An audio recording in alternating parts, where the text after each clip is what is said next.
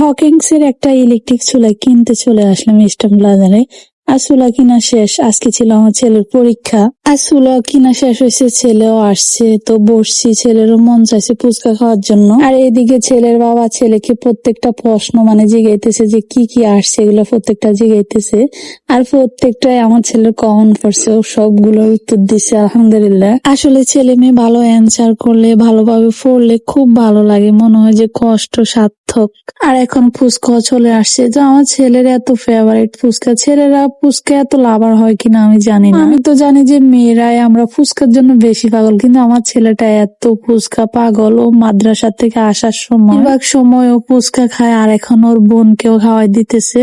আর আমি পাশে বসে বসে আমার ছেলে মেয়ের খাওয়া দেখতেছি। আচ্ছা, ইলেকট্রিক চুলা আপনারা কে কে ব্যবহার করেন একটা কমেন্ট করবেন তো। এগুলা সুবিধা অসুবিধা কেমন একটু বলবেন প্লিজ। তো আজকের এই চুলাটা কিন্তু আমার জন্য নিয়ে নাই, এটা নিছে আমার ননদের জন্য। তো আমাকে মাইক্রো ব্র্যান্ডের চুলার কথা বলছিল, আর ওইটা আমার কাছে একদম লোকাল মনে হয়েছে, তাই আমি ওর জন্য হকিংস এর ভালোটা নিছি। তো হকিংস ব্র্যান্ডটা আমার কাছে ভালোই লাগে। তো আপনাদের কার কাছে কেমন মনে হয় অবশ্যই একটু জানাবেন। তো গাইজ, হঠাৎ করে আমার মাথায় একটা জিনিস আসছে যে আমাকে তো একটা জাটা কিনতে হবে, মানে ইউনিক ঝাঁটা, যেটা হচ্ছে এই যে ঝাঁটাগুলা, এগুলা দিয়ে আসলে খাটটার জারে। তো আমি এটা হাতে নেওয়ার পরে আমার ছেলে আমাকে জিজ্ঞেস করতেছে যে আম্মু এটা কেন নিছেন। আমি বলতেছি তোমাদের দুই ভাই বোনকে পিটানোর জন্য। আর ও তো এই কথা শুনে ওর বাবার মুখের দিকে চাই রয়েছে আর বলতেছে আব্বু আম্মু এগুলা কি বলে।